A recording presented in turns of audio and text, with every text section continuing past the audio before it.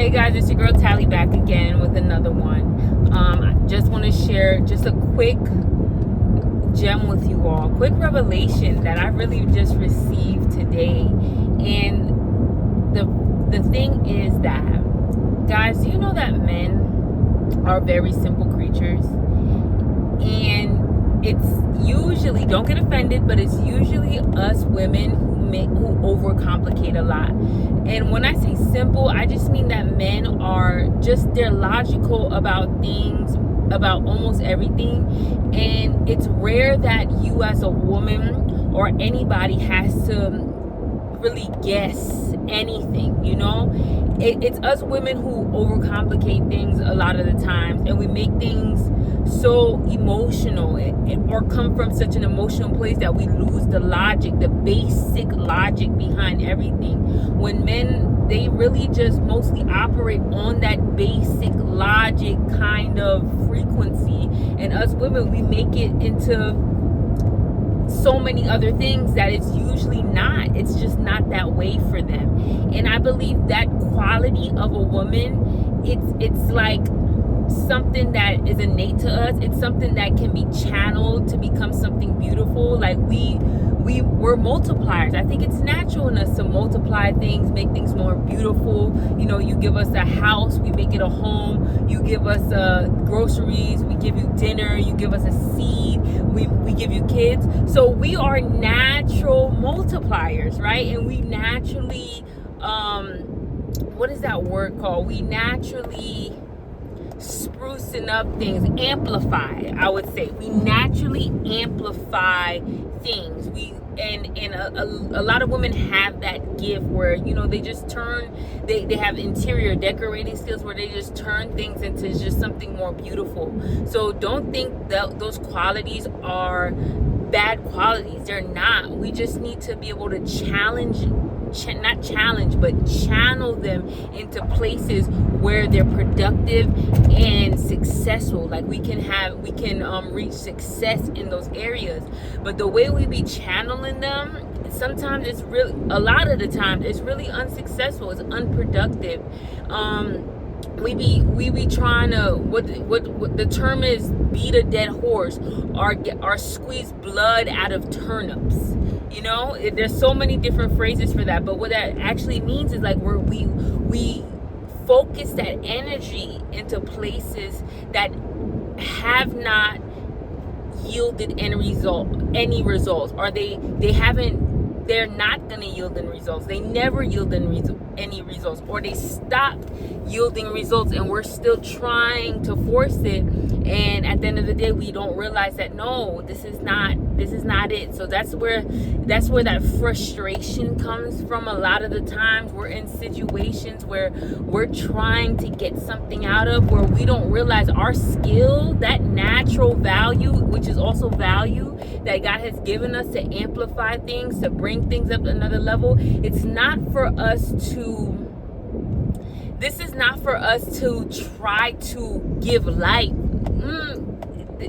It's not for us to, even though we are life givers, so it's hard to say that, but it's not for us to, we're not supposed to create the situation. We're just supposed to amplify it. We're supposed to take it up to another level. We're supposed to make it more beautiful. You know what I'm saying? We don't build the garden. The garden's already there, but we come into the garden and we make it more beautiful. Then it goes back into the Bible days. God already had the garden. By the time we arrived in the Bible days, the garden was already there. Things were already built. It was already growing. It was just us that it needed to be there. And when we got there, we amplified it. And how do I know we amplified what was already there? Because the way Adam's reaction was to Eve, he basically saw, out of all the things, see, another thing that adds, that's value adding, that showed, again, it doesn't add to our value, but it's showing us how much value we already have. So we see through that circumstance, we see the value that we already have. And what it is that Adam saw the beautiful garden, such a beautiful garden that God created for him, with so much wildlife and so much prosperity and provision, fruits and vegetables. Just imagine how beautiful that garden was. But when we came into the situation and Adam saw us, he was like, whoa, bone of my bone, flesh of my flesh. Did you read that? That's Genesis. Y'all go read it in the scripture. When Adam saw a woman, well, he named her woman. When he saw us, he was flabbergasted. He already saw the most beautiful of the beautiful things that God has made in this world, the most beautiful things in nature. He already saw it, but he still looked at the woman and he treated her as the most beautiful thing he's ever saw. So you as a woman, that's who you are. That's what you have. That's a quality that you have adopted, and you have to treat yourself like that. And this is not about a woman's value. I did a 3-part series on that already, but just add that onto it because that's good. But what I'm saying is that when she got there, the garden was already built. Adam was already there. The provision was already there. Everything she needed was already there. She was there to make the place just a little bit more beautiful. And ladies, don't take this the wrong way. Help out, of course, they call her help meet, and make the place a little bit more beautiful. But I know some ladies, they're gonna take this the wrong way. The hard-working ladies, you know what I'm saying? The hard workers out there, they come like, oh, am I just here to be pretty? Listen, don't take it that way. Just understand where you come from. Understand your beginning, because that's going to help you to understand where you're going. You know, don't take this in the wrong way. But yes, as a woman, you were there to help out and make things more beautiful, to amplify already beautiful scenery. And the scenery, you can already bet it was amazing. It was amazing, but it wasn't greater than you. It wasn't greater than you. So us as women, I see that we have lost our way, and we're always trying to build we're always trying to make something a project. We're trying to make things a project that's not supposed to be our project. And sometimes that could be a man. We're trying to make him our project. And the truth is, a man was never supposed to be our project. He was never supposed to be our project. He was supposed to be already built and sustained by God, and we come and help him amplify, beautify with him everything he already has going on. So we're over here, a lot of us, we're trying to beat it out of him. We're trying to take hold of the vision and make it ourselves. No, that's not your place. And we know it's not your place, because what happens when a woman tries to do that?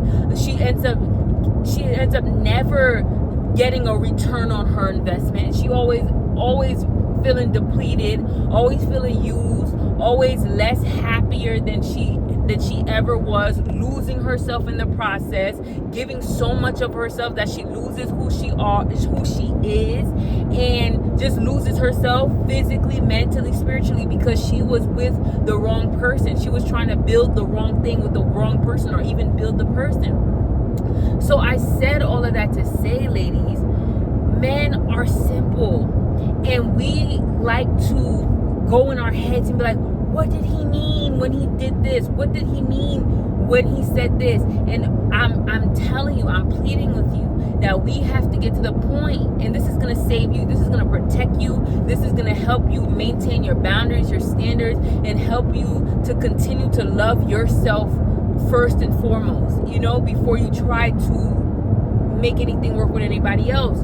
But what I'm saying is that we have to get to the point where we're no longer asking, what did that mean? Or what did he mean by that? Or what does those actions mean? We have to take these actions for face value. And what does face value mean? I realize that I use some words that people may not understand what it means, and I'm sorry about that. But when we say face value, you take it for what it means. You don't try to do a deep dive and analysis of what these actions are. You take it for what it means. For example, I see online women talking about, that man ghosted me, he ghosted me. I already told you guys how I feel about ghosting. That's God's protecting you, and you have to just thank God that it happened for you. But when someone ghosts you, us women, our first like plan of action is try to decide, why did he ghost me? What did I do wrong? What did I say? This is not. No. No longer do we allow those kind of things to bring us to the place of us trying to fix it, because it's not our job. It's not your job to try to fix something. You know, I understand if you did something wrong, you know what I'm saying, and then someone uses their communication skills to express that to you. Come on, that's important. You may have did something wrong. If you know you did something wrong and it's blatant, of course you apologize. Of course you take responsibility for that. But also there has to be a move on point. There has to be forgiveness and moving on. Sometimes people apologize and then that person keeps them on the hook, and it's like there's no forgiveness, and you go into a space of always having to prove yourself, and that's not good. That's not healthy either. I'm talking about if you know you did something wrong, you apologize and make sure that person has the capacity to forgive you and to move on. Other than that, if someone communicates with you that you did something wrong, they use their grown-up skills. And from my last video, we know that there's a difference between what actual effective communication is. You know, it's not disrespect, it's not yelling, it's not cursing, it's not verbal abuse of any kind, but it's actually real grown-up, respectful talk, not sarcasm either. It's respectful talk and communicating to you that, hey, you did this and this offended me, and it's up to you to be an adult about it and be like, you know what, I acknowledge I offended you, I apologize, I understand this offended you, I won't do it again. You know, so other than that, that's the extent as an adult of what you need to fix. When something is communicated with you properly, and I mean properly, and I mean respectfully, or if you blatantly know that you did something that was wrong, and at the end of both of those things, it needs to end in eventual forgiveness and moving on, wiping the slate clean. It shouldn't end in you trying to fix a situation when you already apologized and you decided that you're not going to repeat those same actions. But other than that,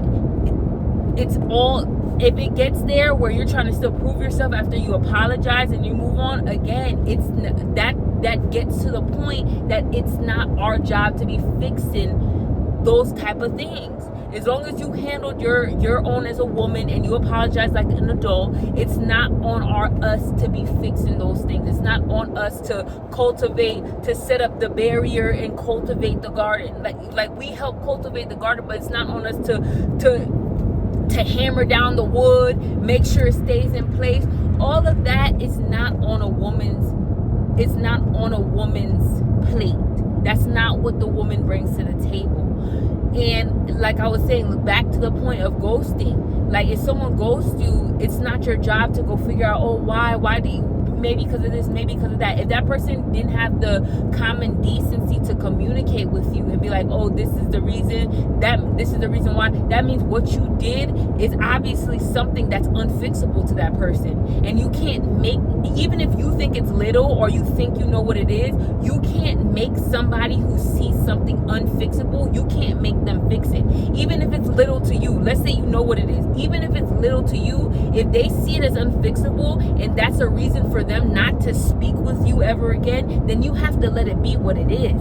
And let's say you go ahead and convince them, oh, this is not a little issue, come on, like, yeah, it's not big of a deal, like, and you apologize. You were the one to try to make it right. When that person decided, like, this is the offense, that they would not talk to you again, then you know that over any offense that's small to you, this person will literally cut you off. So that should already let you know that it's not even worth trying to fix it, because that person will cut you off for offenses that you find small. So when the next thing happens, how are you going to feel about that? So now you put yourself in a place that you're always going to be running back to that person, trying to make things right, and that person is ghosting you and literally showing you that they don't value you in their life. No, as a woman, this is not the position that we need to be in. These are not the type of positions that we need to put ourselves in. All that trying to pursue all that trying to pursue and lock something down. This is a masculine position, and I know everybody's been trying to tell us that, and these are like trigger words, or these are just phrases that are commonly used, but some of that stuff is helpful and some of that stuff is true. All right, we as women, we are here to amplify, to beautify, to help what's already been started and cultivated for us, something that we can benefit from as well. So we need to stop trying to read into things. Oh, what is that? Oh, he's mad at me. You know, I don't really. Maybe like he's mad at me. He's not talking to me. Or let's say he's not showing interest. He didn't ghost you. He's not talking to you as much as you thought he should. He's not calling you.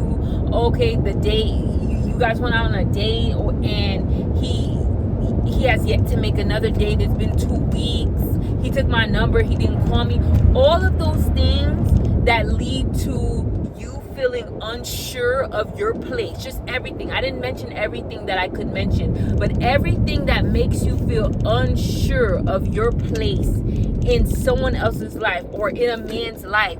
All of those things, I'm telling you, it's not up to us to try to decipher and try to make things right. Because one thing we all know for sure is if a man wants you, he's going to make that clear, and it's going to be simple for him. And we make it more than what it is. We make it very complex. We complexify that, if that's a word, by us trying to fight the signs, or trying to decipher through the mixed signals. All of that stuff, we have to learn how to take mixed signals as a no. We have to learn how to reroute when you clearly see that things are not going the way you feel like they should go, where you're not being treated well, you're not being courted properly, where you're not getting the attention that you deserve. All of those things are things that you deserve, and things that, in my opinion, us as women need. We need a certain amount of attention, affection. We need we need that. So instead of us trying to force it out, because it's not the same, getting the attention and the affection you need from somebody just because they want to give it to you, because they see value in you, and they want to give it to you, that it's a way different feeling and experience from getting that attention and affection because you're trying to force it out of somebody. Literally, when you try to force it out of somebody, you feel like it feels like a part of yourself goes with it. You're trying to force something. It feels like your self-esteem and your self-worth is decreasing as you're trying to pull that out of somebody who's not giving it to you, because that's not something that you should be trying to ask for. That's not something that you should have to be pulling teeth to get from somebody. So I just want to make that clear and abundant, and just, we have to know our place. You know how people use, oh, you got to know your place as something that's like bad. They try to make you feel some type of way because they say that you got to know your place. No, but I'm flipping it around. We got to say this in a good way. We have to know our place, and a lot of the things that are happening in this world, with everything that's happened, that men versus women stuff, men really talking bad about women and everything online, is because women have forgotten their place. And the place that we have forgotten as women is a place of honor, it's a place of beauty, it's a place of peace, it's a place of receiving. It's a really great place to be in as a woman, because when we operate from that place, we could do anything is possible when we operate in our godly feminine. It's a godly feminine place, a righteous feminine place. When we operate from that as a woman, there's nothing that we won't be able to accomplish there, and that's including, we no longer have to fight for things that should come to us naturally. We won't feel the need to fight for things that should come to us naturally. So just remember that men are simple, and believe what you see. I won't say believe what you hear, because people lie, but believe what you see, believe the action, and stop trying to force things, and realize Stop trying to force things that are not there, or trying to make up things, or living in your fantasies about what you want things to be, and just believe the actions that you see, and move from there. From the actions that you see, that's gonna prompt you like, okay, I need some space. I need to take my presence away from the situation because it doesn't deserve my presence. Or you realize, hey, this is a good person. This person is treating me right. This person is pouring into me, treating me the way I'm supposed to be treated, giving me the attention and the affection and the honor, the respect that I deserve. So I need to lock in and pour more into the situation until I see otherwise. So these are the things, guys. Don't overcomplicate it at all, please. Because we've been overcomplicating things when men are just simple, and they show you and they treat you how they feel about you. You don't never have to guess. If you have to guess, then that's your answer right there. If you have to guess, then you know that if it's extenuating circumstances, even in extenuating circumstances, I'm not even letting that slide. Men treat you how they feel about you. You never have to guess. And if you have to guess, it's no. It's not right. So I'll talk to y'all soon.